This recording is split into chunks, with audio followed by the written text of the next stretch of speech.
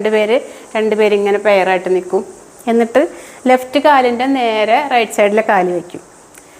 1 2 3. ഈ 3 കണ്ടോ വീണ്ടും ഒരേ ലൈനിൽ വരും. കാലിൻ്റെ ഡിസ്റ്റൻസ് നോക്കണം, കുറച്ച് കൂടുതലായിരിക്കും.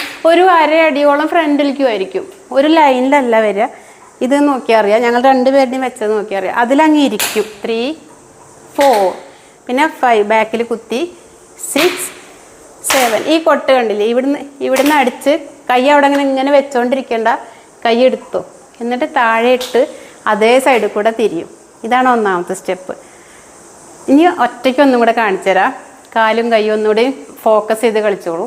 നോക്കിക്കോ. 3 4 1 2 3 4 5 6 7 8. ഇനി വീണ്ടും ബാക്കിലുള്ള പെയറിൻ്റെ കൂടെ 1 2 3 4 5 6 7 8. എല്ലാവരും സർക്കിളിലേക്ക് തിരിഞ്ഞ് നിൽക്കണം.